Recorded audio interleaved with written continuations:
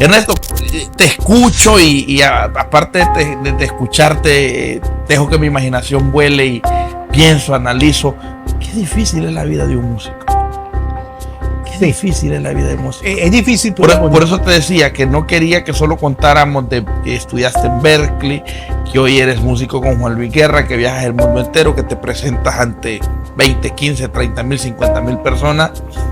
Qué hermoso es poder ver cómo la determinación de un joven, la determinación de un niño puede hacer vencer todos esos obstáculos.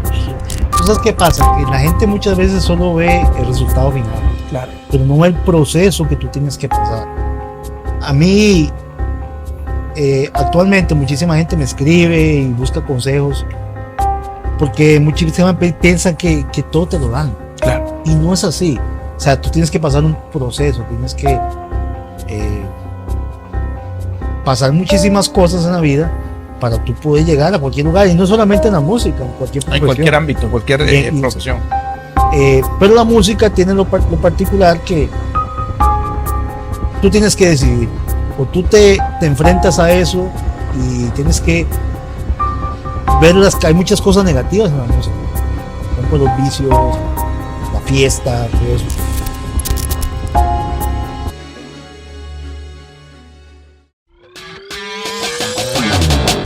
Bienvenidos al podcast Rincón Orgánico con Melvin Reyes. Cada semana tendremos un episodio nuevo para que puedas disfrutar. No ofrecemos contenido adulterado, ofrecemos esencia, ofrecemos lo que es verdadero.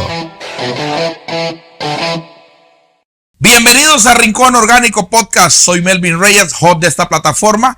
Quiero recordarte que si todavía no te has suscrito a nuestro canal, si te gusta nuestro contenido, que lo hagas y que le des clic a la campanita de notificaciones para que pueda ser anunciado cada vez que subimos un contenido nuevo. Recuerda que todo lo que hacemos en esta plataforma es para ti. En este episodio tenemos un invitado muy especial que tiene una historia de vida que te va a motivar, que te va a desafiar y que te va a hacer que corras, que luchas, que no te detengas para que también puedas alcanzar tus sueños. Él se llama Ernesto Núñez, nació en Costa Rica y es considerado uno de los mejores trompetistas en el mundo entero. Así que, comunidad orgánica, recibamos con un fuerte aplauso a Ernesto. Ernesto. Gracias, Melvin, muchas gracias por invitarme al Rincón Orgánico. Bienvenido. Gracias, es un placer realmente estar contigo. Gracias. Hacía mucho tiempo que estábamos tratando de organizar, sí, que pudieras compartir en nuestra plataforma, pero entendemos que tus compromisos laborales, tu agenda, te impide que de pronto puedas tener el espacio para atender a espacios como estos. Así que quiero decirte que de parte de todo la plataforma, agradecemos mucho que hayas sacado ese tiempo para estar con nosotros. Ernesto, en mis notas tengo que eres un trompetista cotizado, un trompetista conocido, le ha dado la vuelta al mundo. Y otra de las informaciones que tengo es que has incursionado en diferentes géneros musicales, que no te has cohibido a un solo género, sino que has sido un incursor, un arriesgado en esto de la música. Cuéntanos, ¿cómo ha sido tu experiencia en la música? Bueno, mira, yo creo que primero que todo, esto de ser músico, en mi familia fue algo muy arriesgado. En mi familia no existen músicos. Hay doctores, hay médicos, hay abogados, hay de todo, hay periodistas, pero no hay un solo músico. Entonces, cuando yo a los 8 años dije, yo quiero ser músico, yo quiero tocar trompeta, eso en mi casa no gustó. Sonó fuerte, sonó feo, el piso. Feo. Ernesto, porque yo no sé por qué en Latinoamérica, y hablo particularmente en Centroamérica, yo también soy centroamericano, al igual que tú, parezco italiano, pero soy centroamericano. En Centroamérica tenemos un error, es que nos cuesta ver el arte como una profesión. Sí, eso es muy común, tú sabes. A veces la gente te dice, mira, ¿qué tú haces? Yo soy músico. Sí, pero ¿qué estudió? Música. Claro. Y eso se estudia. Sí. O sea, para muchas personas la música no es una profesión, es un hobby. Es algo que tú haces porque no, para pasar el tiempo, De hecho, los músicos tienen fama de vagos, de haraganes, de bohemios, de no ser buenos para el estudio. Exacto. Y un montón de cosas. Ernesto, en mis notas tengo que has grabado con grandísimo de la música, Plácido Domingo, Andrea Bocelli. Actualmente eres el trompetista de la Orquesta 440 de Juan Luis Guerra. Has incursionado con una cantidad de músicos, Chichi Peralta, merengueros, has estado en Sinfónica. O sea, es tanto lo que has hecho, pero me gustaría, porque aquí en esta plataforma, más allá de conocer al músico, al profesional que invitamos, nos gusta que la gente pueda conocer a la persona que hay detrás de la profesión. Específicamente, ¿dónde nace Ernesto? Yo nací en Guadalupe. Guadalupe. Que es un pueblecito de Costa Rica, de San José. Ok. Sí. Yo soy de por ahí y me inicié en la música muy, muy pequeñito. A los 8 años, un día me desperté y dije, yo quiero ser músico, yo quiero tocar trompeta. Porque en ese tiempo en Costa Rica había un grupo de niños que tenían un grupo que se llamaba Los Abejorros. Entonces eran muchachitos de 10, 12 años y era como en el tiempo de Menudo que estaba esa fiebre. Esa fiebre de los grupos de niños. Y entonces yo los veía en la televisión y decía, bueno, yo quiero ser músico. Yo ponía a veces unas ollas así en mi casa y empezaba a darle, ya tú sabes, hacer con cucharas. Pero un día vi una trompeta y me dijo, qué interesante ese instrumento, me gusta. Y pues un día dije, bueno, yo quiero ser trompetista, quiero aprender a tocar trompeta. En mi familia no hay músicos, entonces fue algo como muy extraño. Y empecé como a investigar a dónde yo podía aprender a tocar trompeta. Wow, y qué tremendo, porque quizás hoy en la actualidad cualquier persona tiene acceso a cualquier información a través de la web, pero en tus tiempos era nada. Y ahora cuéntame, Ernesto, ¿cuántos hermanos eran en tu casa? Éramos 4. Eran 4 hermanos. Ninguno de tus otros hermanos se inclinó por la música. Nadie. Ahora háblame, ¿cómo reacciona tu mamá? ¿Cierto? A los 8 años, tu mamá piensa que quiere una trompeta para jugar. Es lo que ella llegó a pensar. Eso se le vamos a conseguir una trompetica ahí y eso le va a pasar. Pero, ¿cuál fue la reacción de ella cuando miró que lo de la trompeta no solamente era un pasatiempo, era un deseo pasajero de un niño para jugar, sino que ella te miró entregado? Y más puntualmente, cuando ella ya miró que tú querías ganarte la vida como trompetista, ¿cuál fue la reacción de tu madre y de tu padre? Mi mamá siempre me ha apoyado. Mi mamá ha sido una persona, bueno, yo vengo de una familia que pues en la cabeza de la casa siempre ha sido mi mamá. Ellos se divorciaron, mi mamá y mi papá se divorciaron bastante, yo estaba bastante pequeño. Entonces mi mamá siempre ha sido como mi sostén, ¿verdad? Son de esas mujeres que ha pasado una vida difícil, criando todos sus hijos, con un trabajito, pues creo que en ese tiempo era secretaria de una empresa de cajas de cartón.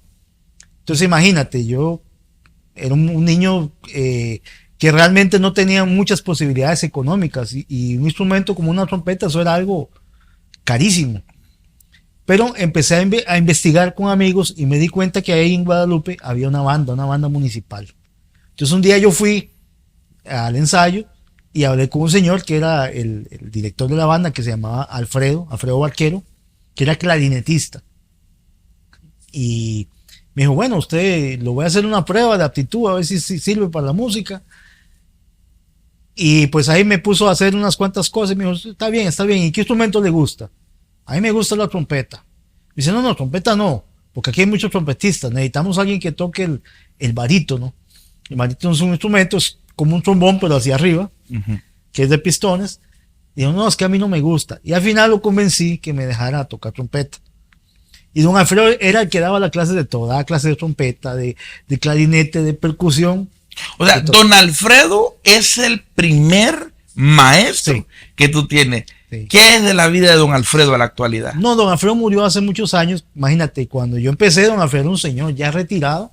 O sea que lamentablemente don Alfredo no pudo ver todo lo que tú lograste hacer. Él vio mucho. Él vio mucho y siempre que yo lo visitaba o él se enteraba, él me decía que se sentía muy orgulloso. Y él me cuentan mis compañeros que él se llenaba mucho de orgullo, de decir, ese muchachito lo hice yo. porque fue el primero que me dio la oportunidad de tocar un instrumento. Con toda seguridad fue el mejor alumno que le salió. No, vieras que esa banda de Guadalupe han salido muchos músicos muy buenos. Bueno, tú me lo dices porque eres una persona que te gusta ser modesto, pero nadie ha logrado lo que tú has logrado. Bueno, ahí por ejemplo uno de los clarinetistas que estudió conmigo toca en la Sinfónica Nacional de Costa Rica. Hay algunos que se han ido a otros países, creo que hay uno que vive en Alemania, toca en una orquesta sinfónica en Alemania. Y todos éramos un grupo, pues la mayoría de clase baja, de clase media baja.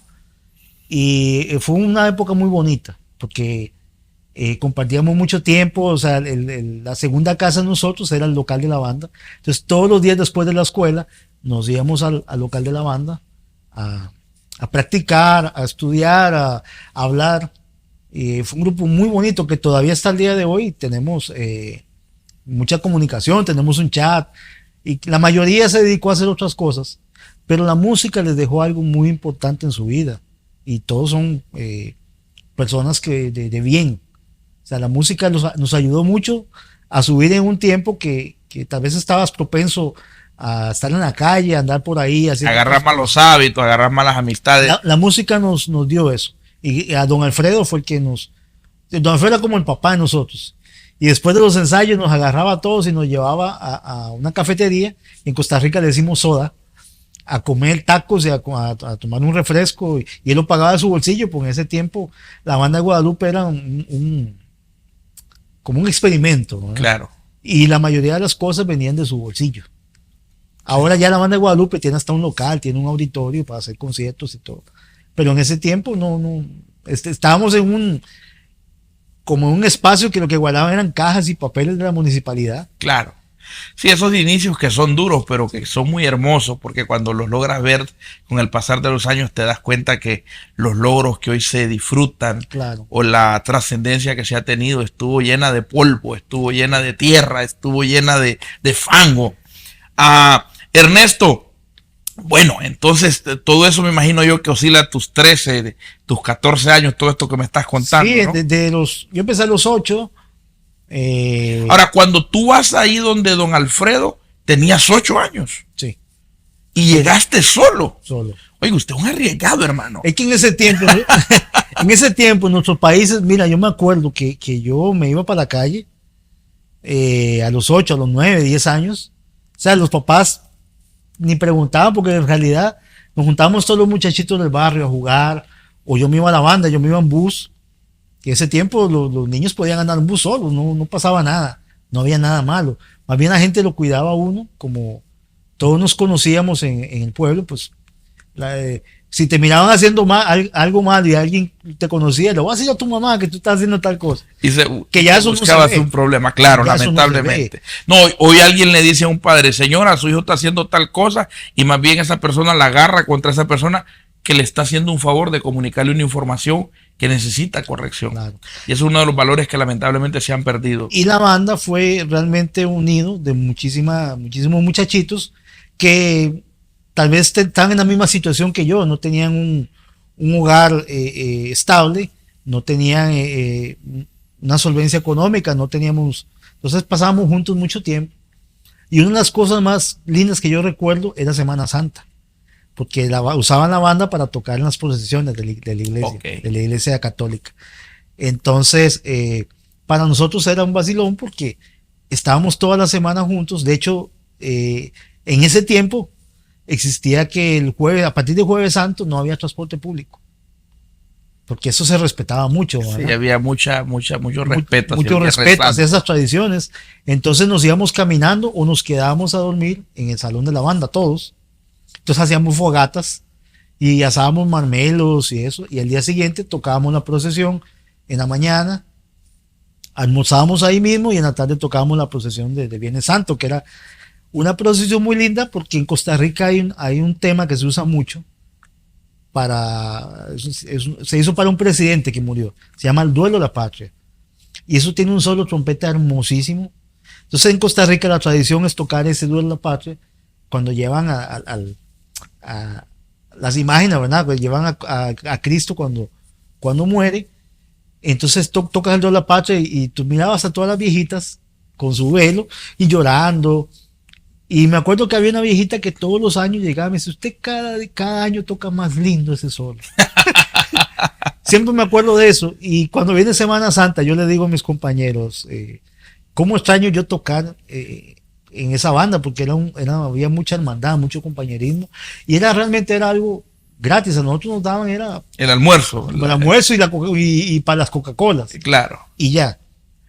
Pero fue un tiempo muy hermoso que me formó, que me hizo pues amar la música, me hizo entender muchas cosas de la vida y me sirvió mucho para todo lo que venía después. Claro. En mi carrera. Ernesto, tengo mis notas. Bueno, creces, dejas la etapa de la adolescencia, te conviertes en un jovencito. A los 18 años te sale una oportunidad laboral en Guatemala. Sí. Te vas a Guatemala, pero antes de que me cuentes cómo llegas a Guatemala y cómo es tu experiencia en Guatemala, quiero que me cuentes en qué punto de la vida tú verdaderamente ya te convences tú y dices, yo quiero ganarme la vida como trompetista. ¿Cuándo tomas esa decisión y dices, si no es de esto, no es de nada? Mira, yo creo que desde el primer día. Tú desde el primer día estabas convencido que te ibas a ganar la vida como trompetista. Sí. Cuando uno es niño, uno siempre sueña con que quiero ser astronauta, quiero ser bombero, quiero ser policía. Y cuando yo conocí la música, yo siempre dije, yo quiero ser músico. Aún sabiendo que mucha gente te decía, no, los músicos se mueren de hambre, los músicos viven mal. Pero yo siempre vi la música como la única opción de vida. Yo nunca quise estudiar otra cosa. Nunca me llamó. Después de que conocí la trompeta, de hecho la trompeta es mi primer instrumento y todavía, o sea, sigo con la trompeta. O sea, me enamoré de la trompeta y de la música. Y te voy a decir algo, la trompeta me ha dado cosas que yo nunca imaginé, que nunca soñé. O sea, está mucho más allá de las expectativas que yo tenía con la música. Wow. Así que fue desde el primer día. Obviamente uno como niño, uno va creciendo y va viendo otras cosas, pero siempre dije, yo quiero ser músico. Nunca pensé que voy a dejar esto porque... ¿Nunca tuviste un plan B por si el plan A no funcionaba? No. Yo nunca he sido plan B. Nunca he sido plan B. Yo soy una persona que cuando yo me propongo algo... sale o sale. Yo no pienso mucho, porque si lo pienso uno le encuentra muchos defectos a las cosas y, tal vez sale, tal vez no, tal vez me va mal. Yo no. Yo soy más de accionar porque he entendido que eso es lo que me lleva a tener éxito. Y no te voy a decir que en la música, porque la música es muy inestable a veces, claro, como trabajo. Pero yo siempre trato como de ver hacia adelante. Y decir, bueno, si yo hago esto hoy, un año, en 2 años, en 3 años, en 5 años, en 10 años, me va a dar esto. Claro. O sea, te proyectas y puedes visualizar. Sí. Ernesto, a los 18 años tienes una oferta laboral en Guatemala. Sí, yo estaba estudiando en la Sinfónica Juvenil y en la Universidad de Costa Rica. Yo creo que yo no había cumplido ni los 18, yo creo que no tenía ni cédula yo. Y me llegó una oferta a la Sinfónica de Guatemala. Y una oferta de un percusionista que se llama Fernando Pérez, guatemalteco. No sé si tú te acuerdas, tú como centroamericano tienes que acordarte del grupo Alius Nahual. Grupo de rock famosísimo en Centroamérica. Alius Nahual fue a tocar a Costa Rica. Y yo fui a tocar con el grupo que le abría a Alius Nahual, que era un grupo de rock de Costa Rica. Y conocí a Fernando y unos meses antes yo había estado tocando con un big band con los profesores de Berkeley. Y ellos me habían dado una beca para estudiar. O sea, tú estando en Costa Rica te ganas una beca para ir a estudiar a Berkeley. Sí. ¡Wow! Y el profesor que me la dio era un vibrafonista muy famoso, que es mexicano. Y resulta que él era muy amigo de Víctor. Víctor era muy amigo de Fernando, perdón. Y Fernando hacía unos conciertos de jazz que eran muy populares en Guatemala. Entonces él siempre estaba como buscando gente para llevar músicos nuevos. Y entonces le preguntó, mira, y ahora voy a Costa Rica, ¿vos no sabes de alguien que pueda llevar a Guatemala a tocar? Y él dijo, mira, hay un muchachito ahí que toca trompeta, que es muy bueno, y se llama Ernesto Núñez. Buscalo a ver si... Y ese día en el concierto con Luis Nahual, yo me pongo a hablar con Fernando, pero nunca nos presentamos. Nunca. Estuvimos hablando una hora, hablando de música, hablando de esto. Y al final Fernando me dice, mira, por cierto, yo estoy buscando una persona, un muchacho que toca trompeta. Se llama Ernesto Núñez. ¿Vos lo conoces? Y digo, sí, soy yo. Me dice, ¿cómo que eres tú? Teníamos una hora hablando y no nos habíamos dicho el nombre ni nada. Wow. Y de ahí nació mi primer viaje a Guatemala. En ese tiempo, recuerdo que estaba la aerolínea SAM. Hice mi primer viaje en avión. Y el avión se tuvo que devolver porque un pajarito se metió en una turbina. El avión tuvo que devolverse al aeropuerto. En tu primer intento las cosas comienzan a complicarse. Y llego al otro día. Me acuerdo que fue genial porque en ese tiempo las aerolíneas pasaban un percance así, te daban un hotel y te daban un cupón de comida. Entonces yo en mi vida yo había estado en un hotel y te sentías viviendo tu película. Como un artista. Claro. Y al otro día llego temprano a Guatemala. Fernando me va a buscar y teníamos una entrevista de televisión creo que a las 7, 8 de la mañana. Para todo esto, Fernando nunca me había oído tocar. O sea, él confió totalmente en la palabra. La referencia que le Víctor. habían dado. Y llegamos al estudio de televisión, un programa muy conocido en Guatemala. Él llevó sus congas y yo la trompeta. Y empezamos a tocar. Nunca habíamos tocado juntos. Wow. Y eso fue para él. Él me miraba y me dice, esto va a estar bueno, esto va a estar bueno. Y esa fue mi primera experiencia en Guatemala.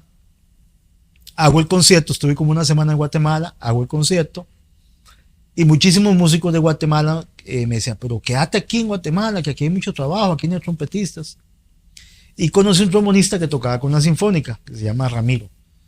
Y Ramiro me dijo, mira, necesitamos un trompeta en la sinfónica. ¿Por qué no te venís para acá? Y yo me encargo de presentarte. Yo creo, de verdad, yo creo que yo no había cumplido los 18. Yo regresé a Costa Rica y le dije a mi mamá, me voy a vivir a Guatemala. Oh, my God. Mi mamá siempre ha sido muy alcahueta conmigo. Y yo no sé cómo ella lo tomó, pero ella nunca se opuso. Recuerdo que agarré una maleta, agarré mi ropa, agarré un montón de discos compactos que tenía y compré un boleto hacia Guatemala en Ticabús. Ya el segundo viaje ya no lo haces en avión, sino que lo haces en autobús. Y me fui, si me entiendes, yo me fui como con $50 en el bolsillo. Cuando llego a la frontera de Costa Rica y Nicaragua, yo no sabía que los costarricenses tenían que pagar $20 para poder entrar a Nicaragua. Resulta que pagué los 20, me quedé con 30. Pero como me quedaba a mí en Nicaragua, tenía que pagar un hospedaje, que el hospedaje costaba 15. Ya tenía 35, me quedaban $15 para llegar. Para llegar desde Nicaragua y tenías que cruzar todavía Honduras. Eran 2 días, porque se quedaba un día a dormir en Nicaragua y otro día en El Salvador y llegabas hasta Guatemala. Entonces tenía que durar 2 días con $15 pagar hospedaje y entonces yo dije, bueno, ¿qué yo voy a hacer? Y justamente en una casita donde yo me hospedé, en la esquina había como una feria. Y yo vi un montón de discos compactos. Y dije, bueno, me voy a poner a vender discos compactos. Y agarré los discos que en ese tiempo estaba Gilberto Santa Rosa, Andy Montañez. Y yo saqué los discos y me los llevé a la feria y empecé a vender discos. Y con eso pudiste hacer tu travesía. Llegar hasta El Salvador. Y en El Salvador yo conocí a alguien que había conocido en Guatemala. Lo llamé y me dijo, no, venite a dormir aquí a mi casa. Y dormí en la sala. En la sala. Y al otro día llegué a Guatemala, sin nada. Sin un peso en el bolsillo, más que una maleta llena de ropa y de sueños. Ahí me quedé en la casa del saxofonista que había tocado conmigo, que un muchacho se llama Arturo Shicay, una persona a la cual le agradezco muchísimo. Me quedé en su casa, recuerdo que él tenía 2 hijos pequeños, su esposa y un cuñado, y era una casita de 2 habitaciones, Y recuerdo que él me dijo, mira, esta es tu cama. O sea, sacó uno de los hijos de su cama para darme la cama. Y ahí empezó mi aventura en Guatemala. Que al principio no fue fácil porque llegas a un país que no conoces, una cultura totalmente diferente. Yo era un muchachito. Y aunque es en el mismo Centroamérica, la comida guatemalteca es muy diferente a la comida de Costa Rica. Todo, la forma de hablar, las maneras, los dichos. O sea, tuve que ir acomodándome a todo esto. Y ya en Guatemala, pues me empecé a trabajar con la Sinfónica, empecé a trabajar con fulano. Ahora, cuando tú comienzas a trabajar con la Sinfónica, ahí tienes un salario.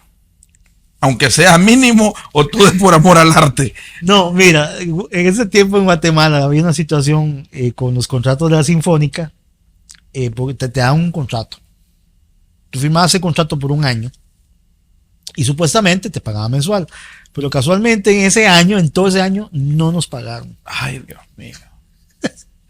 Y ya no hay CD para vender. Ya no hay CD. Entonces yo tuve que ingeniármelas, inventarme cosas. Claro, ya yo tocaba mucho con grupos de jazz. Es una cosa increíble. Guatemala tiene una cultura de jazz y de música instrumental muy grande. Muy grande, claro. Tocaba con grupos de jazz, tocaba en restaurantes. Toqué mucho tiempo en un hotel. En el almuerzo de un hotel, Hotel Ramada.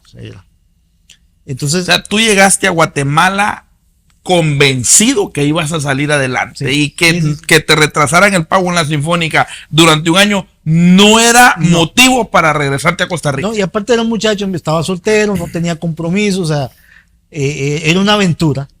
O sea, llegar a un país que tú no conoces. Yo me acuerdo que yo me levantaba en la mañana y yo miraba donde yo vivía lejísimos vivía de la capital. Pero se miraban todas las montañas, y entonces yo me levantaba todo y decía, qué bonito es Guatemala, es otra forma de vivir, ese olor a tortilla desde las 6 de la mañana, era muy bonito, era toda una aventura. Y pues obviamente ya la gente me iba conociendo, me iban llamando, me metía a trabajar en estudios de grabación, a grabar, tocaba con la Sinfónica, tocaba tocaba musicales, y me fui acomodando. El sueldo de la Sinfónica fue como un ahorro. Claro. Recuerdo que a mí me pagaron, fue un 30 de diciembre. Oye, pero lo tiene en la memoria. Sí, y me acuerdo que no me querían cambiar el cheque porque era mucho dinero. O sea, claro, no era mucho dinero. En ese tiempo la Sinfónica, no recuerdo cuánto ganaba mensual. Pero como quiero, un muchacho de 18 años, extranjero, 50 bancaria probablemente. Exactamente. Yo recuerdo que no, y entonces el muchacho que me atendió en el banco me dijo, aquí han venido varios hoy a cobrar cheque de un equipo de fútbol. Me dice, ¿vos jugás con el equipo de fútbol? Digo, sí, claro. ¿Tú no Yo con esa panza.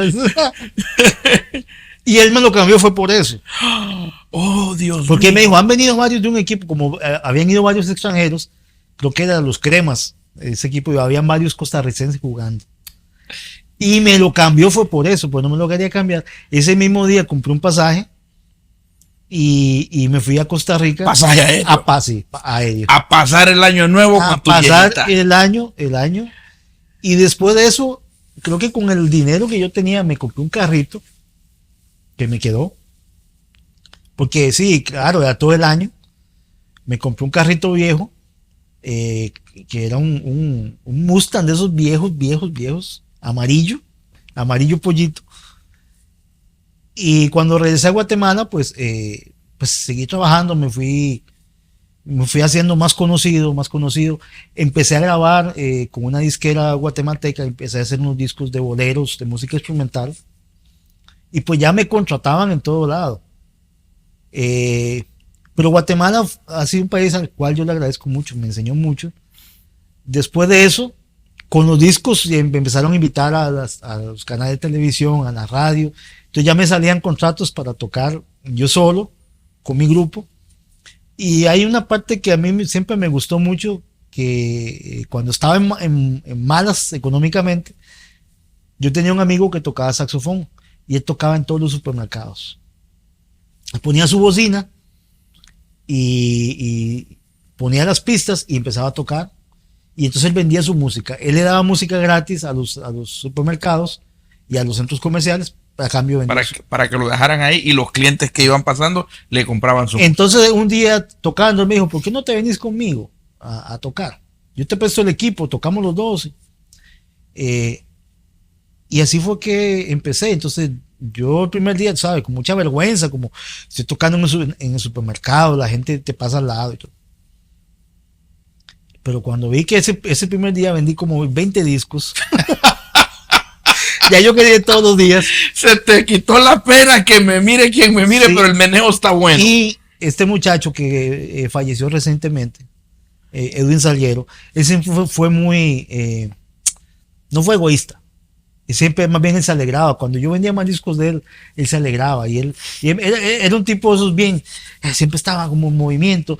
Y entonces iba a las cajas con el micrófono, señora, compre un disco de Ernesto, señora, usted tiene dinero ahí, yo estaba viendo que usted tiene dinero, cómprele un disco. Sí, era un tipo habilidoso para poder hacer muy bueno para eso. Ernesto, te escucho y aparte de escucharte, dejo que mi imaginación vuele y pienso, analizo. Qué difícil es la vida de un músico. Qué difícil es la vida de músico. Es difícil. Por eso te decía que no quería que solo contáramos de que estudiaste en Berkeley, que hoy eres músico con Juan Luis Guerra, que viajas el mundo entero, que te presentas ante 20, 15, 30 mil, 50 mil personas. Qué hermoso es poder ver cómo la determinación de un joven, la determinación de un niño, lo pudo hacer vencer todos esos obstáculos. Sí. ¿Tú sabes qué pasa? Que la gente muchas veces solo ve el resultado final. Claro. Pero no ve el proceso que tú tienes que pasar. A mí, actualmente muchísima gente me escribe y busca consejos porque muchísima gente piensa que todo te lo dan. Claro. Y no es así. O sea, tú tienes que pasar un proceso, tienes que pasar muchísimas cosas en la vida para tú poder llegar a cualquier lugar, y no solamente en la música, en cualquier profesión. En cualquier ámbito, en cualquier profesión. Pero la música tiene lo particular que tú tienes que decidir. O tú te enfrentas a eso y tienes que ver que hay muchas cosas negativas en la música también. Por ejemplo, los vicios, la fiesta, todo eso. O sea, yo veo la música como un trabajo. La gente piensa que no, la gente piensa que para mí la música, o sea, este tipo está bien porque todo el tiempo está de fiesta, está tocando bailes, está tocando esto, y no es así. O sea, es un trabajo que yo viajo muchísimo y muchas veces no conozco los sitios. Llegas al aeropuerto, al hotel, a tocar. Soundcheck, presentación. Día, lo mismo. Nos fuimos. No conoces muchos sitios. Pero sí, la música me ha permitido hacer amigos por todo el mundo. Me ha permitido ver cosas que tal vez con mi dinero, por ejemplo, yo he viajado, paso el año entero viajando. O sea, es muy difícil que una persona pueda hacer eso con su dinero, con su propio bolsillo. Sí, me pagan por hacerlo, me dan comida, me dan hoteles, me dan de todo. Pero sí, hay un proceso detrás de eso. Ernesto, en mis notas tengo que estando en Guatemala conoces al pionero de la música cristiana en ese país, a don Juan Carlos Alvarado. Sí. Es un ícono. Hay gente que no lo sabe, pero Juan Carlos Alvarado en su momento tuvo un lugar en la música por encima de Marco Witt y de Marco Barrientos. Sí. Recuerda que el movimiento de alabanza y adoración en Latinoamérica no empezó Marco Witt, Juan Carlos Alvarado y Danilo Montero. Ellos eran los que en ese momento se atrevieron, porque eso tampoco era bien visto. Claro. Era algo nuevo. Guitarra eléctrica, sí, eso batería, era del diablo. Eso era del diablo. Y Juan Carlos fue de esos pioneros. Yo vine a trabajar con él ya como en la segunda etapa de su ministerio, y estuve muchísimos años con él, creo que 10 o 12 años, viajando con él por todo el mundo, haciendo giras, grabando discos, y fue una experiencia también muy muy linda, porque también me permitió ver otra cara a la música, donde realmente tú puedes servir a las personas. Claro. No es la fiesta. Sí, ya no es una música de entretenimiento, sino que ya es una música con un propósito espiritual y emocional. Mira, todavía hay personas que a mí, después de que 20 años, 25 años de haber grabado un disco de Juan Carlos o de haber hecho un solo en una canción, me escriben y me dicen, el sonido de tu trompeta me hizo ver la vida diferente. O muchísima gente, mira, yo empecé a estudiar trompeta porque te oí en tal disco y me fascinó. Hace no mucho hay un amigo mío que tocaba con Man Anthony, se llama Jonuel, que es de Puerto Rico. Y estábamos hablando de algo y no sé por qué salió el tema de una canción de Juan Carlos. Y me dijo, ¿tú fuiste el que hiciste ese solo? Digo, sí. Me dice, oye, yo toco trompeta por ese solo. O sea, y somos amigos de hace muchos años y no lo sabía. Entonces tú te das cuenta que tú con la música puedes marcar vidas, puedes provocar cosas en las personas que tal vez con otro trabajo no lo haría. Claro. O sea, para mí el arte es eso, que tú puedas tocar a las personas, ya sea con la música, ya sea con la literatura, o sea, porque es parte de tu ser. Todo eso es parte de tu ser y tú lo impregnas ahí y pueden pasar los años, pueden pasar las generaciones y eso va a estar ahí. Dentro de 50 años una persona puede oír una canción mía y puede sentir lo mismo que yo sentí en el momento que yo estaba haciendo esa canción. Ejecutaste ese solo, esa melodía. Ernesto, pero entonces das un salto de Guatemala para República Dominicana. Cuéntame, háblame de eso. ¿Cómo se da ese cambio de saltar de Guatemala, un país totalmente diferente, a República Dominicana? Y ni se diga la diferencia que hay entre República Dominicana y Costa Rica. Cuéntame, ¿cómo se da esa transición? Mira, un día estaba tocando yo en un restaurante con un cuarteto de jazz. Había un señor que estaba sentado en una mesa. Y normalmente la gente cuando va a los restaurantes y hay música, pues lo menos que hacen es poner atención a la música. Claro. Están hablando. Y quiero hacer un paréntesis. Como músico, ¿cómo se siente el músico estar tocando en un restaurante y que no se le presta mucha atención? Cuéntame, ¿cómo interpreta el músico eso? Muchas veces uno se acostumbra. Te acostumbras. Hay lugares donde tú sabes que tú eres un relleno. Claro. Sí. Por ejemplo, yo tocaba, como te decía, en el Hotel Ramada y era de 12 a 1:30, que era la hora del almuerzo. Entonces llegaba gente de por ahí a comer y la gente no te prestaba atención. Recuerdo que había un cocinero, que era un español, que era bien grosero, y salía a maldecirnos. Estáis tocando muy duro, y nos decía malas palabras y todo. Wow. O sea, aquí la gente viene a comer, no hay música. Y era un grupito, un cuarteto de jazz muy bonito. Entonces llega un momento en que te acostumbras. Pero mira que eso es interesante porque si tocas no te prestan atención.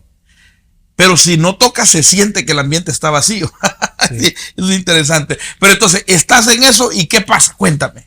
Pues este señor lo veo que está ahí sentado y él está poniendo atención y aplaudiendo. Entonces cuando termina el set, primero tocábamos 2 sets, va un mesero y me dice, mira, el señor de aquella mesa quiere invitarte a tomarte algo. Yo voy, entonces me dice, mira, ¿quieres tomarte algo? Digo, sí, una Coca-Cola. Dice, no, yo quiero que te tomes un traguito conmigo. Yo no, que yo no bebo. Dice, no, ¿cómo no vas a beber? Músico que no bebe. No es músico, músico que no bebe. No digo, no, de verdad. Entonces, me sienta y me quieres algo comer. Te empieza a hablar y dice, mira, yo soy hermano de Chichi Peralta. ¿Tú sabes quién es Chichi Peralta? Digo, sí, claro. Dice, nosotros estamos buscando un trompetista y yo estoy aquí toda la noche viéndote tocar y pensando que el trompetista para el grupo de Chichi eres tú. En ese tiempo Chichi Peralta era un ídolo de la música y me hice muy amigo de Onías. Onías lo que iba mucho a Guatemala porque tenía una compañía de sonido. Él vendía equipos de sonido. Entonces trabajaba mucho con iglesias, les vendía equipo a iglesias. Tenía clientes. Entonces él iba mucho. Y me hice amigo de Onías. Y me dijo, mira, yo te voy a presentar con mi hermano. Mi hermano viene para la Teletón en tal fecha y quiero que lo conozcas. Y conocí a Chichi para esa Teletón y recuerdo que a Chichi, pues también Chichi es un tipo que es muy activo. Él dijo, vamos a grabar un tema ahora mismo. Vamos a hacer un tema y lo vamos al estudio a grabar. Y vamos a usar músicos de Guatemala. Y nos fuimos para el estudio a grabar. Un tema que se inventó él ahí. Y era un disco que él hizo que creo que no lo llegó a sacar nunca, un disco como de jazz latino, que es muy bueno. Hicimos el tema y entonces me dijo, yo quiero que tú te vayas para Santo Domingo. Mira, loco, tú tienes que irte para allá conmigo. Eso fue como que en junio, julio, me dijo, yo tengo un festival de música de jazz en noviembre, tú te vas conmigo. Y de verdad, llegó noviembre, me mandó mi pasaje, me fui al festival, estuve una semana allá, regresé, igual, me pasó igual que en Guatemala. Los músicos de allá me decían, quédate aquí no hay trompetas, aquí hay mucho trabajo. Y Chichi me dijo, mira, quédate aquí trabajando. Yo te voy a pagar un hotel, yo te voy a pagar todo para que tú te quedes. Pues regresé a Guatemala, arreglé las cosas y recuerdo perfectamente que el 6 de enero me fui a Santo Domingo a trabajar. El primer mes todo bien, pero ya después del primer mes las cosas ya estaban como flaqueadas. Comenzaban a complicarse. Y yo veía como que no había movimiento, que no. Y bueno, empecé a tocar, empecé exactamente como empecé en Guatemala. Había un amigo mío que tocaba batería, se llama Guy, que fue baterista Juan de mucho tiempo. Y Guy me llevaba a todos lados. Me decía, loco, vente conmigo a tocar. No hay plata, yo te doy algo de lo que yo me gane. Y de verdad, Guy me llevaba a tocar y todo el tiempo me daba de lo que él se ganaba, y me daba. ¿Qué tocaba? ¿Patronales? No, era un grupo de jazz. Ok. Porque en ese tiempo en Dominicana había muchos sitios, bares de jazz y Ok. lugarcitos así. Y el mismo Guy me decía, nunca te metas a tocar con combo de merengue. Le tienen miedo a los merengueros. Sí, eso es solo cosas malas, deja. Y pues ahí entonces empecé a trabajar con un grupo de jazz, me empecé a dar a conocer en unos estudios de grabación, a tocar shows. Ahí vino como la primera oportunidad en grabar merengue a ese nivel. Elvis Crespo va a hacer una producción a Santo Domingo. Elvis Crespo normalmente grababa en Puerto Rico. Todo esto, Elvis Crespo, después de Suavemente y después de Sí. todos esos grandes temas, Sí. cuando él sale de Grupo Manía, que son los que lo catapultan a... Él hace un disco con Sergio George Ok. y Sergio le dice, vamos a ir a Santo Domingo a grabar merengue. Y me buscaron a mí porque la idea era hacer la grabación juntos, toda la sección de metales juntos, que eso no se usaba en Santo Domingo. Se usa que tú como trompetista, tú grabes las 3 voces de la trompeta, pero no se usa mucho el tocar toda la sección juntos. Juntos, claro. Entonces me buscan y conozco a Sergio George y conozco a Elvis. Yo estaba recién llegado, yo tenía un par de meses allá. Entonces ahí ya en los estudios se regó la voz de que había un muchacho de Costa Rica que sabía tocar merengue, porque en Costa Rica tenemos que aprender a tocar merengue, cumbia, salsa, todo. Eso es obligado. Claro. Y empecé como a trabajar en los estudios y a tocar en los shows. Eso fue en el 2004. En el 2004. Y así empecé a conocer pues a toda la gente clave en Santo Domingo en cuanto a la música, ¿vale? Después de unos meses conozco a Juan Luis Guerra. Creo que fue Chichi que me llevó a la iglesia. Un día a la iglesia me lo presentó. Chichi iba a la iglesia de Juan Luis Guerra. Sí. O sea que Juan Luis Guerra y Chichi, después de que pasa lo que pasa, ¿no? Por ahí uno ha escuchado muchas versiones. Se separan, pero la relación personal entre ellos... Sí, lo que pasa es que Chichi era miembro de 440, o sea, era un músico asalariado Asalariado. de 440 y en su momento Chichi quiso experimentar hacer él tenía un grupo de son. Ok. Eso se llama fusón en Santo Domingo. Es una mezcla, una fusión de son con merengue. Es una cosa media rara que se inventó. Es que Chichi ha sido un polifacético. Chichi creo que grabó unos temas con la Sinfónica de Japón, si no me equivoco. No, en Londres. En Londres, ¿no? En Londres. Eso fue la mejor época de Chichi. Sí, grabó con la Sinfónica de Londres, pero también él hizo un tema con en Japón. Sí. Con Japón. O sea, Chichi Sí. es un maestro de la música. Él es un tipo que tiene, es lo que te digo, uno como músico, uno tiene que ser lanzado. Claro. ¿Por qué? Porque si tú piensas mucho en lo que puede salir mal, no haces nada. Sí, sí, la música necesita del elemento sorpresa, Sí. ¿verdad? Y aquellos que son poetas, sabe que el pico emocional tiene mucho que ver con la inspiración y hay cosas que salen y si no estuviste listo para materializar eso, se te fue el tren. Yo, por ejemplo, cuando hago una canción, yo soy así. A veces la puedo tener meses ahí, la canción, y no le hago nada. Y un día de repente digo, bueno, me voy a poner a trabajar en este y hasta que no lo saque, no estoy tranquilo. Sí, y no sé si te ha pasado, yo medio trato de escribir algunas cositas, algunas canciones y eso, y hay momentos que tú estás escribiendo y se te cierra por completo, no generas más una idea, te das cuenta que eso está incompleto, te das cuenta que eso no puede quedar así y no hay forma. Y me ha pasado también que 1, 2, 3 semanas, un mes y vuelvo a escucharlo y cae una idea fresca, una idea nueva y se puede generar algo diferente. Sí, a mí me pasa mucho eso. Yo normalmente me llegan las ideas, yo las grabo con el celular.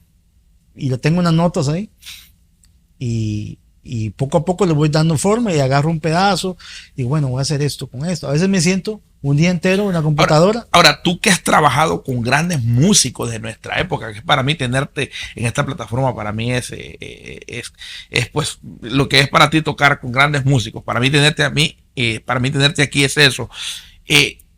Los músicos grandes pasan por eso también, sí, que hay momentos que la inspiración se trunca y dejan eso ahí y después pegan, después unen y después generan la idea y completan la idea. Claro. Obviamente hay maneras, hay trucos, claro, para hacer las canciones. Claro. Ellos le llaman ganchos. Ganchos. Pero ahí tú ves muchos artistas que han hecho canciones increíbles y de repente no lo vuelves a escuchar. ¿Por qué se debe eso? Porque hay canciones que, mira, las canciones toman vida propia. Igual que los libros, igual que todo lo que tiene que ver con arte, tiene vida propia. Hay cosas que tú haces. Por ejemplo, yo hay discos que yo he hecho y canciones que yo he grabado que yo nunca más en la vida las escucho. No puedo escucharlas. ¿No te gusta? No, porque le encuentro todos los errores del mundo y hay cosas que sí, que de repente lo hago y me digo, mira qué bonito quedó eso. No hay cosa peor, por ejemplo, para mí, a veces yo llego a un sitio y alguien me conoce o que a la barbería y el barbero por congraciarse conmigo empieza a poner música mía. él piensa que te va a hacer pasar una gracia. Un momento agradable y te está... O a veces estoy en un sitio y empieza a sonar cosas de Juan Luis Guerra que yo he tocado, que yo he grabado, entonces... Y eso yo lo he visto que le pasa a muchísimos artistas. Wow. Un día estaba yo cenando con Arturo Sandoval y en el sitio donde estamos. Ok, Arturo Sandoval para ti es uno de los trompetistas más grandes que ha existido. Es un top. Estaba cenando con él y el dueño del lugar es amigo de él y mandó a poner la música de él y él se enojó. A Arturo Sandoval le pasa lo mismo también. Sí, y le dijo, quita esa porquería, quita.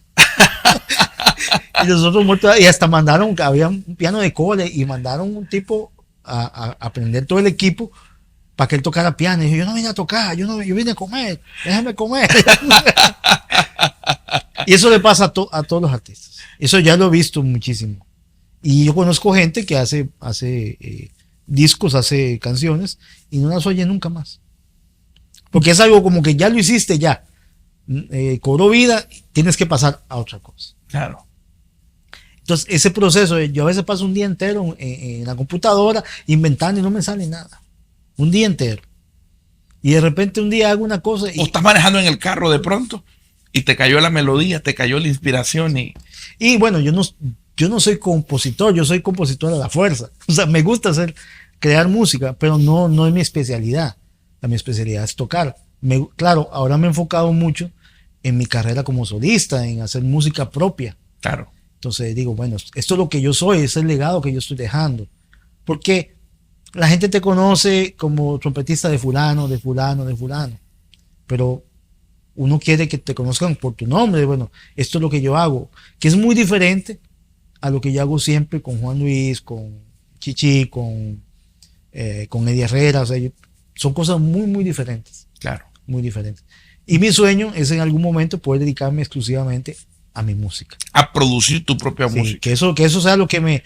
Ok, tengo en mis notas que eres un amante del jazz. Sí. Eso es tu pasión. Sí. Pero cuando quieres hacer tu música, ¿quieres hacer jazz? ¿O quieres hacer otro tipo de concepto? Mira, ser jazzista es una palabra muy, muy grande. Sí, me he dado cuenta que respetas mucho el término. Eso hay que respetarlo. Jazzistas es un significado muy grande. A mí me gusta mucho hacer mi música instrumental. Me gusta mucho el smooth jazz, cosas que la gente pueda asimilar más fácil. Claro. Y obviamente yo no soy un jazzista he tocado jazz, me he parado al lado de jazzistas, he podido tocar, he podido hacer mi trabajo y creo que lo he hecho bien, pero no puedo decir yo soy jazzista, me dedico al jazz. Claro. Me gusta más una música un poquito más comercial, más que la gente. Yo siempre he dicho que yo hago música para la gente, no para los músicos. Okay. Yo no hago música pensando en que a los trompetistas les va a gustar. Sí, fíjate que estás tocando un tema muy importante porque lo he tratado de hablar varias veces sobre todo con guitarristas. Los guitarristas les pasa eso. Ellos se juntan todos a tocar y comienzan a hacer un montón de cosas. Y yo les digo, hey, el que no es músico, el que no sabe escala de guitarra, el que no sabe nota, eso, o sea, no, eso no le, no. Pero hay algún músico que le cuesta entender eso. Sobre todo, sabes que yo me manejo en el contexto de adoración, worship y todo eso, y yo detesto cuando a veces en una administración el pianista quiere comenzar a sacar sus dotes que yo sé que otro pianista puede decir wow, lo que sea, pero más bien interrumpe. Claro. Mira, y ese es un mal. Yo creo que pues los trompetistas tenemos mucho esa broma. Cuando tú llegas a un sitio y hay un grupo tocando, todos los trompetistas quieren empezar a tocar arriba para demostrarte que ellos sí pueden. Eso pasa. No, pero eso no pasa en el mundo de la trompeta, en el mundo de la música. Eso pasa en cualquier mundo. Creo que al final, al cabo, parte de nuestra naturaleza está radicada en querer sobresalir por encima de los demás. Y eso es algo que nos pasa, por ejemplo, cuando estamos de gira con Juan Luis y vamos a oír algún grupo o estamos en un concierto que hay un grupo antes tocando y llegamos, siempre hay gente que quiere como llegar a los trompetistas de Juan Luis. Wow, yo toco mejor que ellos, me voy a lucir. Y uno aprende a tomarlo eso como, o sea, porque siempre pasa. Te das cuenta que es inmadurez. Pero también me he topado con muchísima gente que están a un nivel más grande que uno, más alto. ¿Qué te digo? Un día estábamos tocando en un festival creo que fue en Curazao, New Orleans. Y nosotros estábamos tocando y de repente yo miro así y está toda la sección de metales de Edwin Fire atrás de nosotros así. Porque para ellos lo que nosotros hacemos es algo demasiado difícil. Un día me junté en un lobby de hotel, estaba Branford Marsalis, que es un jazzista famosísimo, estaba tocando con Sting, toca saxofón, y empezamos a hablar porque yo fui a pedirle una foto. Y me dice, ¿con quién tú tocas? Con Juan Luis Guerra. Juan Luis Guerra, me encanta Juan Luis Guerra. O sea, músicos americanos. Músicos americanos. Wow. Pero ustedes son músicos de renombre. Lo más alto. Lo más top. Del jazz y todo. Y él me dice, ¿cómo los saxofones pueden tocar así de merengue? Yo no puedo, yo quisiera aprender a tocar. Entonces te das cuenta que entre un músico sea más grande, crece más la admiración por otros músicos. ¿Por qué? Porque la música no se trata de quién sea el mejor. Se trata de compartir, se trata de crear, se trata de hacer algo. Es armonía. Sí. La competencia que yo toco mejor que fulano, mira, yo hace muchos años aprendí. No te digo que en algún momento tu ego quiere el ego, manifestarse. Tú quieres decir, que todo el mundo diga que soy el mejor. Y a mí eso no me importa. No me importa. ¿Por qué? Porque yo entendí que la música es otra cosa. Tengo amigos, tengo colegas con los que toco normalmente que nos llevamos así. Por ejemplo, todavía en otros países decir, no, yo soy el primer trompeta de un grupo. Sí, yo soy primera. Yo estoy por encima de los otros 5. Fulano es en segunda. Eso muchas veces para uno no importa. O sea, en los shows yo toco primera, toco segunda, toco tercera, toco cuarta, toco sexta. Es lo mismo. Claro. Sí, son los años, la madurez. Creo que ahí es donde radica, Ernesto, el haber vendido CD para poder llegar de Nicaragua a El Salvador, el haber tenido que llegar con una expectativa, pero tener que meterme en un restaurante, en un hotel. Creo que Dios se encarga de que pasemos por esos procesos para que cuando lleguemos a lugares de estima alta, los procesos que hayamos pasado sean el mejor ecualizador para nuestro ego, porque definitivamente el ego es una de las cosas que más puede perjudicar a cualquier hombre, pero sobre todo al músico. Pero bueno, quiero devolverme a eso que te interrumpí. Chichi te lleva con Juan Luis. Sí, fuimos a la iglesia. Después de que termina el culto, él me presenta a Juan Luis. Obviamente, conocer un tipo como Juan Luis, que para mí siempre ha sido un referente, ¿verdad? La música, wow. Y yo veo a este tipo amable, tan jovial, tan cercano. Me acuerdo que esa vez yo me tomé una foto con él y no sé qué, entonces me dijo, ¿estás viviendo aquí en Santo Domingo? Sí. Ay, qué bueno. Dame tu teléfono. Y al par de meses, él me llama. Me dice, Néstor, yo quiero que toques en la banda de la iglesia. Necesitamos trompeta, quiero que tú toques. Y eso para mí fue, o sea, wow, tocar con Juan Luis Guerra es una cosa grandísima y ver cómo se maneja. Yo he aprendido muchísimo en Juan Luis, cómo se maneja a esos niveles, ¿verdad? Nadie creería, ¿no? El negocio de la música. Tú me lo dices a mí y mientras te escucho trato de dar cómo puede ser posible, ¿no? Haber logrado tanto y... Sí, mira, uno... Y vivimos en una sociedad, Ernesto, donde hay gente que ha logrado nada. Eso depende del corazón. Comparativamente. Y ya son 5 secretarias, tienen la secretaria de la secretaria, llámame a fulano. Y, o sea, mira, ahí es donde tú te das cuenta y todo hace sentido. Esta gente llegó tan grande, esta gente llegó tan lejos, porque entendieron la dinámica de la grandeza. Claro, mira, por ejemplo, en caso específico de Juan Luis es un tipo que maneja su carro. Él no anda guardaespaldas, él no anda chofer. Tú lo ves en su carro, él llega a los sitios, normal. O sea, no. Es su forma de ser. Él no es pretencioso, tú no lo ves con ropa carísima. O sea, el tipo tiene todos los millones del mundo con la música. Es un tipo sencillo, un tipo que es músico primero que todo, porque él es músico. Él no es cantante, no solamente es cantante, él es guitarrista, él se graduó en Berkeley. Es un músico. Sí, pero no sé, pero yo en un momento llegué a escuchar que antes de él ser músico y ser en Berkeley, él era filósofo. Él estudió filosofía en la universidad. Sí, creo que cuando tú escuchas la riqueza de conocimiento y de poesía en lo que él escribe, te das cuenta que ahí hay algo más que un músico, hay algo más que un arreglista. Son tantas cosas que se mezclaron en ese ser humano, más lo que tú me dices, ¿no? La calidad del ser humano. Sí. Y a veces es gracioso porque nos hemos topado con otros artistas que tal vez no tienen el nivel que tiene Juan Luis, y tú ves la arrogancia, el aparataje. 5 gentes, 4 camionetas. Lo ves con 8 guardaespaldas. Uno que anda del celular, otro que anda el cargador del celular. Bueno, me pasó en República Dominicana. Yo llegué a República Dominicana hoy y miré una persona de cierta influencia llegar a un sitio y entrar primero 3 personas antes que él. Chequear el ambiente, después bajarse con 2 más. Y digo yo, ¿cuál es la necesidad? Sí. Eso depende. Yo nunca he podido entender ese cambio que tienen las personas cuando están en cierto nivel. A mí me ha pasado. O sea, yo me he topado con gente que son arrogantes, pero cuando se enteran lo que yo hago, con quién trabajo, lo que soy, cambian totalmente. Claro. Y yo eso lo detesto. Y eso es peligroso, porque cambian porque quieren un beneficio tuyo. Claro. Yo me he topado con gente que literalmente me ignora. Claro. Y cuando se dan cuenta... Y cuando se dan cuenta de que yo hago esto, cambian totalmente. Sí. Creo que al fin y al cabo será gente que está incompleta. Gente que varía. Pero bueno, comienzas a tocar entonces en la iglesia donde Juan Luis Guerra toca. Sí.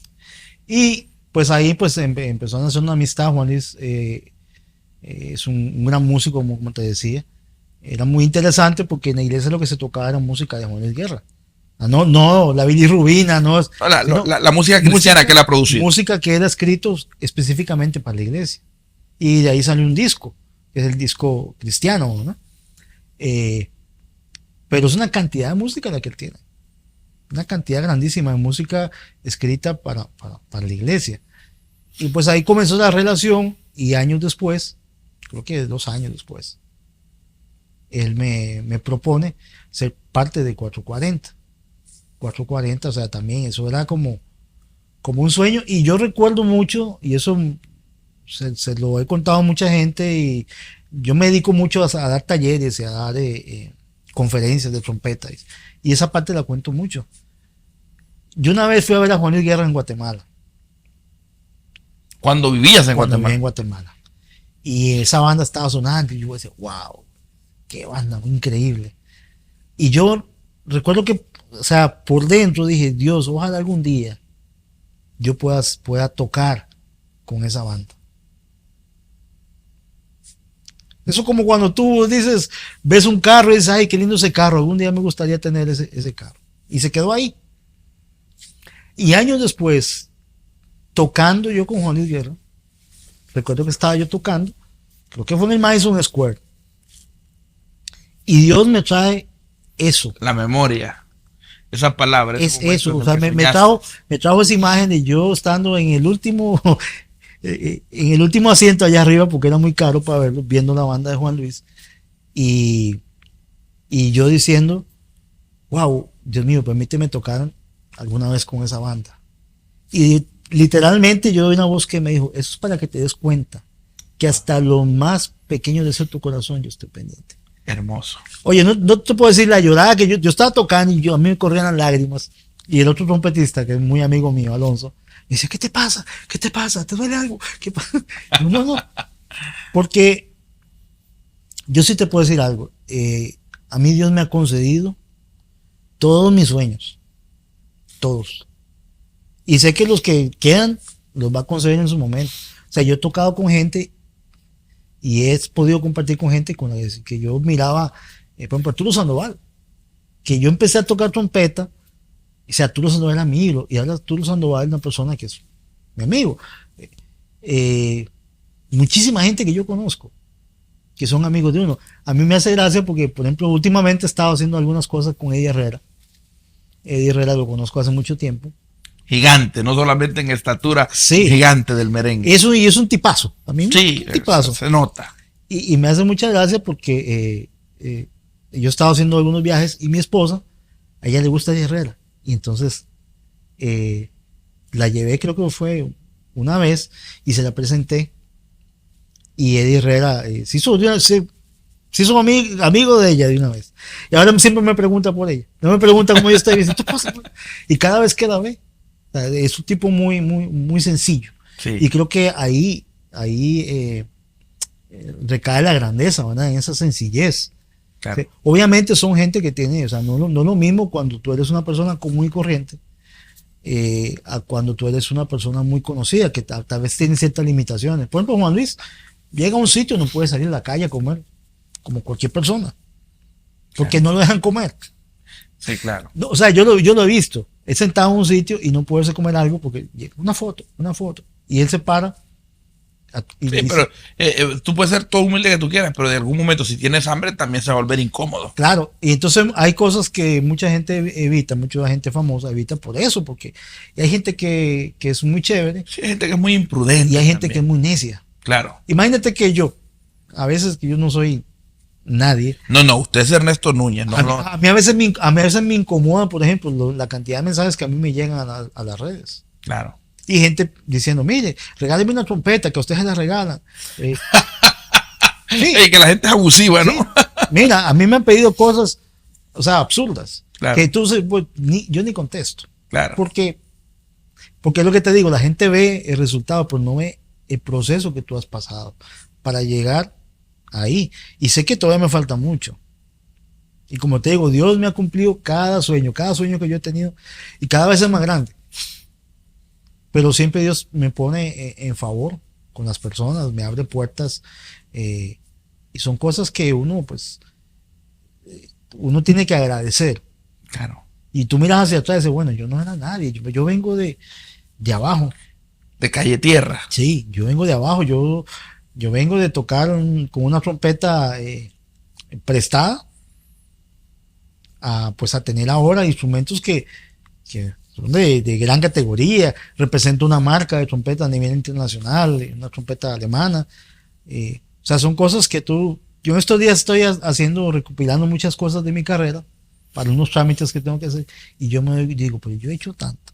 Sí. Ernesto, la verdad que personalmente disfruto mucho tener invitados como tú en esta plataforma.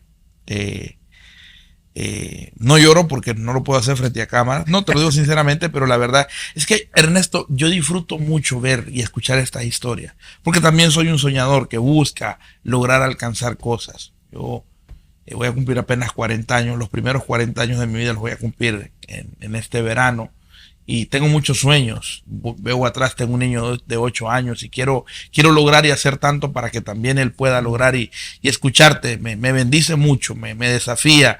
Me decepciono mucho cuando miro gente que lograron cosas que yo quiero lograr, pero se comportan de manera incorrecta, y eso a mí me afecta mucho, porque hay veces que puedo decir, prefiero no lograrlo si yo voy a ser así. Entonces, cuando poder ver la otra parte de la historia con otros lentes, que personas que pueden lograr llegar a lugares tan altos de eminencia, pero poder mantener este sentido tan humano, tan cálido, tan sencillo, de alguna manera, de poder ver que el camino al éxito, lo único que fue un pavimento de sacrificio, y lo lograste. Ernesto, ya casi para terminar, haciendo unas pequeñas sinopsis de todo lo que me has hablado. Sales en un autobús de Costa Rica con $50, ya en Nicaragua te quedas sin plata, te toca comenzar a vender los discos para poder tener, luego llegas a Guatemala, pero logras estudiar en Berkeley, tocas con Chichi Peralta, Plácido Domingo, Andrea Bocelli, hoy en día eres el trompetista de Juan Luis Guerra. Después de todo esto, dime una sola cosa, una sola, no dos ni una y media, una sola que consideres que ha sido el factor determinante para toda esta carrera exitosa. Dios. Mira, hay muchísima gente que toca más que yo, hay muchísima gente más buena, más preparada, que tiene más talento, que tiene más constancia, porque el talento no sirve nada sin la constancia. Pero para mí ha sido la gracia y la misericordia de Dios. Dios siempre me ha abierto puertas, aún en contra de mi voluntad. A veces yo pienso que de alguna manera uno ha sido mal agradecido con Dios, porque hay cosas que uno lamentablemente no las puede ver desde tu punto de vista tan limitado. A veces hay cosas que te decepcionan, hay cosas que tú dices, wow, yo voy a dejar eso. No te voy a hacer, te voy a ser sincero. Muchas veces yo quería decir, bueno, esto de la música es demasiado, o sea, yo quiero dejar esto. Hay cosas que te decepcionan realmente. Claro. Hay personas que te decepcionan, hay ambientes que la industria decepciona mucho. En esto no basta con ser bueno, eso es mentira. Es como tú te mueves, como tú te manejas, como tú logras. O lo dispuesto que estés a ser falso, porque lamentablemente en este medio la falsedad tiene patas muy largas. Sobre todo en esta época. Claro. Mira, ahora en las redes cualquiera es el mejor. Es un hit mundial, claro. Cualquiera. Pero es mentira. Las redes por lo general lo que te enseñan es una mentira. Entonces, si yo he logrado algo ha sido porque Dios ha abierto las puertas y Él me ha sostenido. Porque mira, yo te puedo decir, yo nunca en mi vida he tomado un trago. Nunca en mi vida he probado un cigarro. Y esto es interesante, y aquí te voy a interrumpir. Es que tengo que aprovechar estas cosas. Aquellos que me están escuchando que quizás tienen un sueño musical y son cristianos, y a veces la religión te ha enseñado la incompatibilidad que puede haber entre tener a Cristo en el corazón, pero desarrollar tu arte y tu talento. Y quizás a veces tus barreras o las mentiras o los argumentos que tu mente ha fabricado es que si voy ahí, voy a tener que acabar en las drogas, voy a tener que acabar en el alcohol, voy a tener que acabar mujeriando, que es otro gran problema de esto. Pero quiero que sepas que así como Ernesto lo está diciendo ahora, pudiste mantener tu integridad y tu sobriedad, ¿no? En medio de un mundo difícil. Claro, mira, hubo una época que hubo una lucha muy grande. Claro. Conmigo mismo. Claro. Porque todo el mundo me decía, lo que tú haces es pecado. Lo que tú haces está mal. Lo que tú haces no le agrada a Dios. Y recuerdo una vez que me invitaron a hacer una gira, no sé si te acuerdas de aquel grupo ¿cómo era que se llamaba? Que estaba Abraham Laboriel, estaba Justo Armario, estaba Tom Brooks. De los mexicanos, me estás hablando de Abraham Laboriel, el mexicano. Sí. Claro. No, Laboriel, el bajista. El bajista que es es hondureño. hondureño. Claro. Sí. El Laboriel, hermano, es el que ¿Consideras a Abraham Laboriel el mejor bajista? en su tiempo fue el mejor. Sí, ¿no? Ya él estaba retirado, creo que estaba Sí, claro. muy mayor. Y andaba un grupo que era un grupo puras estrellas. Paul Jackson Jr., estaba Alex Acuña. Lo mejor de lo mejor. Lo mejor es de que en ese tiempo estaba muy de moda la música cristiana, Ron Quenol y eso. Y me invitaron para que yo tocara con ellos. Y yo hice una gira con ellos. Y yo recuerdo que yo le pregunté a Laboriel eso. Que si él consideraba que eso. Me dice, pero es que cuando tú vas donde un médico, cuando un médico te cura, tú no le preguntas si es cristiano o no. Tú buscas un buen médico. Tú buscas un buen médico. Cuando tú vas a comer en un restaurante, tú no le preguntas al cocinero si es cristiano o no. Tú vas a buscar una buena comida. Así es con los músicos. Claro. Claro, la música, como todo, tiene ambientes que pueden ser dañinos. Si tú sabes que tú tienes debilidad con ciertas cosas, obviamente tú no puedes ir a meterte. Totalmente. Yo, como decía un amigo mío, voy a ir a buscar la tentación para vencerla. Tienes que ser inteligente. Claro. Si a ti te gusta, tu problema es el alcohol, pues no te metas en sitios donde estás propenso a eso. Claro, no puedes frecuentar lugares donde sea así. Por ejemplo, yo tengo que cuidarme mucho del azúcar. Pero eso es para mí. Pero la gente que no tiene el problema de cuidarse del azúcar, pueden estar cerca de los lugares donde haya mucho contenido de comida que contenga azúcar, ¿no? Yo creo que al final, al cabo, todo radica en el dominio propio que nosotros podamos tener y en las intenciones que brotan de nuestro corazón. Y tienes que estar seguro, o sea, como te decía al principio, tienes que marcar un norte y decir, bueno, yo voy por ahí. Claro. Nada de lo que pase a mi alrededor. No te voy a decir que todos los días van a ser buenos, habrá muchos días malos. Claro. Yo el otro día leía que una persona exitosa es una persona que ha fracasado muchísimas veces. Wow, interesante. Porque para tú llegar al éxito tienes que fracasar. Es imposible que tú llegues al éxito sin haber fracasado. Entonces, cuando tú tomas la determinación de decir, bueno, yo sueño en ser esto. Yo se lo digo a mi hijo tiene 14 años y le encanta el béisbol. Y es buenísimo jugando béisbol.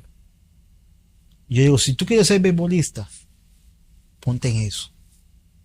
Dedícate. Eso es tuyo. Y él últimamente ha tenido decepciones porque le han dicho que el tamaño de él, digo, él es más grande que yo, pero él jugó un torneo que todos de 14 años eran unos muchachos que le dieron leche de dinosaurio. Y entonces él me decía, pues que yo soy más chiquito. Y digo, eso no importa. Tú tienes que enfocarte en lo que tú quieres ser, lo que pasa alrededor. Y no quiere decir que todos los días van a ser buenos. Habrá muchos días malos, muchos días en que la decepción, en que la duda van a venir a ti. Pero, como decía yo hace mucho tiempo a alguien, es que echando a aprender que se aprende. Tú quieres hacer un solo, tú no lo vas a hacer bien de la primera vez. Claro. Vas a tener que echar a perder muchas canciones para hacer un buen solo. Y aparte es música, la música es para disfrutar, la música es para vivirla, la vida es para disfrutarla. O sea, mira, la vida está llena de complicaciones para que tú la compliques más. Claro. Entonces, tienes que ponerte una meta. Si tú quieres ser músico, quieres ser artista, quieres ser actor, quieres escribir, ¿cuál es la única manera de hacerlo? Hacerlo. Claro. No existen métodos. Mira, tú puedes estudiar, pero la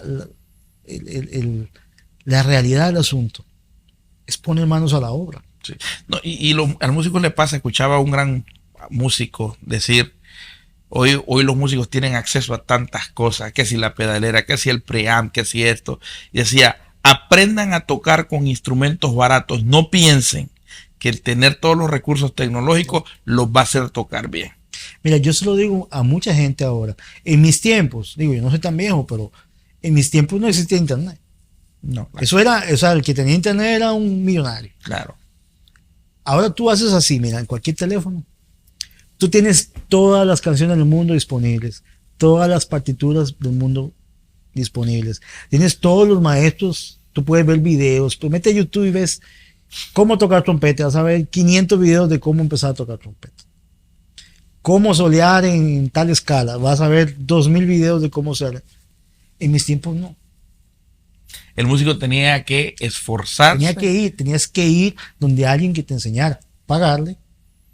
Para oír música, ¿sabes qué hacíamos nosotros? Alguien compraba un disco y se copiaban los cassettes. El que tenía dinero compraba el disco, entonces él te hace el favor de copiarlo en un cassette. Y tú agarras aquí, tú agarras acá y tú agarras acá y cada quien en su casa. Igual las partituras en ese tiempo, tú tenías que ir a o comprabas original, que era carísimo, aparte solamente en Estados Unidos lo vendían, o en Europa. Una partitura te costaba $20, que en ese tiempo era un montón de plata. Claro. Pero tú ibas a la fotocopiadora y sacaba. Ernesto, ¿hay algún género musical en el que nunca grabarías? No. Hay cosas que a mí no me gustan hacer. Por ejemplo, el reggaetón. ¿No te gusta el reggaetón? No, para nada. En ninguna presentación. Ni el puertorriqueño, ni el panameño, ni el colombiano, ninguno. Hay cosas que son buenas, pero pienso que tiene mucho. ¿Por qué no te gusta el reggaetón? ¿Por sintético? No, realmente o por el ambiente en el que se mueve el reggaetón. Por ejemplo, yo he tocado no con reggaetoneros, pero con raperos. Por ejemplo, yo he tocado con Redimido. Ok. Que Redimido es un rapero, pero tiene un mensaje en las canciones. Que no a todo el mundo le gusta, no a todo el mundo le parece, pero él tiene un mensaje. Tú sabes, yo con gente así, pues yo sí puedo trabajar. Pero para hacer cosas, ¿qué te digo? No voy a mencionar nombres, pero con un artista muy famoso que no hace mucho me ofrecieron tocar. No me interesa. Primero, no pagan bien. Claro. Segundo, estás en un ambiente que es complicado. Te pierdo. Y tercero, no quieres formar parte de algo que sabes que no va a generar ningún provecho. Lo que vas a ver a tanta gente perdiéndose en tantas cosas malas. Y yo no tengo por qué vender mi arte, vender mi música por plata. ¿Has escuchado este nuevo ritmo que está muy de moda ahora? Los corridos tumbados. ¿No los has escuchado? Está muy de moda. No. Increíblemente, miro que hay muchos muchachitos casi que le está haciendo una oposición al reggaetón. Es como un ritmo ranchero o norteño, que eso es una ensalada, pero me llamó la atención que la juventud se ha interesado por un ritmo que usualmente debería ser un ritmo para personas mayores, ¿no? Pero bueno, son cosas que miramos. Ernesto, soy muy feliz. Gracias por habernos conseguido este espacio. Gracias, para esta plataforma. Déjale un mensaje final ahí a tu audiencia, en tu cámara, en tu paneo, que quisieras decirle a todos aquellos que te escuchan y que se identifican con la vida de Ernesto.